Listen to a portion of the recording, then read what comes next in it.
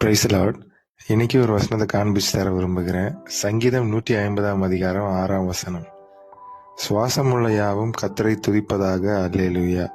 சுவாசமுள்ள யாவும் கர்த்தரை துதிப்பதாக அல்லேலூயா. இன்னைக்கு ஏசப்பா நம்மளை பார்த்து சொல்றாங்க, நான் உனக்கு நாசியில சுவாசத்தை தந்திருக்கேன், இந்த நாளை காணதுக்கான கிருபையை உனக்கு தந்திருக்கேன், அதனால நீ கர்த்தரை துதி அப்படின்னு ஏசப்பா நம்மளை பார்த்து சொல்றாங்க. நம்மள எத்தனை பேர் சொல்ல முடியும், இன்னைக்கு காலையில அலாரம் அடிச்சதுனால நான் எழும்பினேன், அதனாலதான் எனக்கு திருப்பி என் கான்சியஸ் வந்து நம்மள எத்தனை பேர் சொல்ல முடியும்? நீங்க ஆதியாகமம் 2 அதிகாரம் 7 வசனம் பாத்தீங்கன்னா, தேவன் வந்து மனிதனை மண்ணுல இருந்து படைத்து நாசியில் அவருடைய சுவாசத்தை ஊதுனதுனால அவன் வந்து ஜீவாத்மா ஆனான் இருக்கு. அதே மாதிரி ஏசப்பா வந்து இன்னைக்கும் நம்ம காலையில நம்ம எழுப்புறதுக்கு வேண்டி அவருடைய அந்த சுவாசத்தை நம்ம நாசியில ஊதுனதுனால மட்டும்தான் நம்ம கான்சியஸ் ஆகணும். இன்னைக்கு நம்ம எழும்பி இந்த வசனத்தை கேட்க ஏசப்பா கிருபை செய்திருக்காரு. அல்லாம அலாரம் அடிச்சிருந்தாலேயோ, அம்மா வந்து எழும்பு ஸ்கூலுக்கு டைம் ஆச்சு, காலேஜ் டைம் ஆச்சு, வேலைக்கு போகணும்னு சொல்லியிருந்தாலேயோ நமக்கு முழிப்பு வரல. நம்ம எதுக்காக கர்த்தரை துதிக்கணும் தெரியுமா? அந்த புலம்பல் 3 அதிகாரம் 22 வசனத்தை நீங்க பாத்தீங்கன்னா, காலை தோறும் கர்த்தருடைய கிருபை புதிதா இருக்கிறது.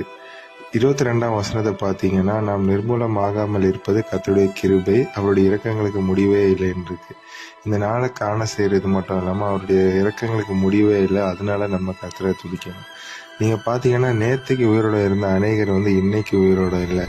அதனால அவங்க வந்து பாவிகளும் நம்ம பரிசுத்தவான்களும் கிடையாது.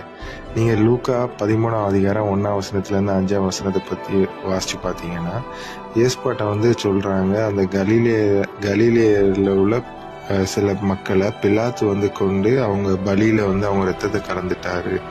அப்போ ஏசப்பா கேட்பாங்க, மீதி கலிலேயர் வந்து எல்லாம் பரிசுத்தவான்களை நீங்க நினைக்கிறீங்களா? அதனாலதான் மற்றவங்க வந்து கொல்லப்பட்டாங்க அப்படின்னு நினைக்கிறீங்களா? இல்லை.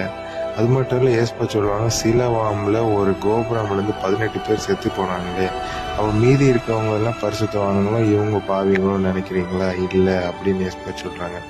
அதே மாதிரிதான் ஏசப்பா இன்னைக்கு நம்மளை பார்த்து சொல்றாங்க, இந்த நாளை நான் உனக்கு காண செய்த நோக்கம் வந்து நீ வந்து பரிசுத்தவான், அடுத்தவன் பாவி அப்படிங்கிறதுனால இல்லை. இன்னைக்கு வந்து நான் உனக்கு சில கடமைகளை வச்சிருக்கேன், நல்ல கனிகளை கொடு, நான் வந்து ஒரு சீக்கிரம் வரப்போறேங்கிற சுவிசேஷத்தை வந்து மற்ற மக்களுக்கு நீ சொல்லி கொடு, அதனாலதான் நான் அவனை எழுப்பி விட்டேன் அப்படின்னு ஏசப்பா சொல்றாங்க. அது மட்டும் இல்லை, நீங்க நினைக்கலாம், இந்த நாள் வந்து எனக்கு அநேக தேவைகள் இருக்கே, நான் இதை எப்படி கடந்து போவேன் அப்படின்னு நினைக்கலாம். ஏசப்பா சொல்றாங்க, இந்த நாளை காண செய்தேன்னா இது கடக்கிறதுக்கான கிருபைகளையும் தருவேன், உன்னோட வியாதிகளை மாற்றுவேன், உன்னோட பிரச்சனைகளையும் நான் நீக்கி தருவேன் அப்படின்னு ஏசப்பா சொல்றாங்க.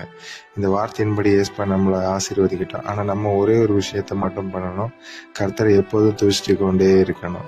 ஆமென்.